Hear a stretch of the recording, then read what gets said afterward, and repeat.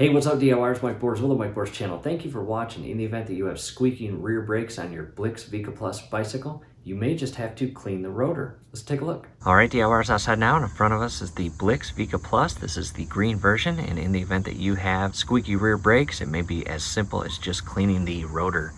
And as you can see here, I've just got some basic brake cleaner and a towel, and here is your rotor. And as your tires spin, this rotor spins with the tire very fast and travels in between the two brake pads in the brake housing here. And in the event that your rotor is contaminated or rusted, or it has brake grease on it or oil, you will definitely get squeaky brakes. So grab yourself some brake cleaner. Don't overdo it when you spray. Just spray just a little bit on a towel and carefully clean that rotor, both the outer portion and the inner portion.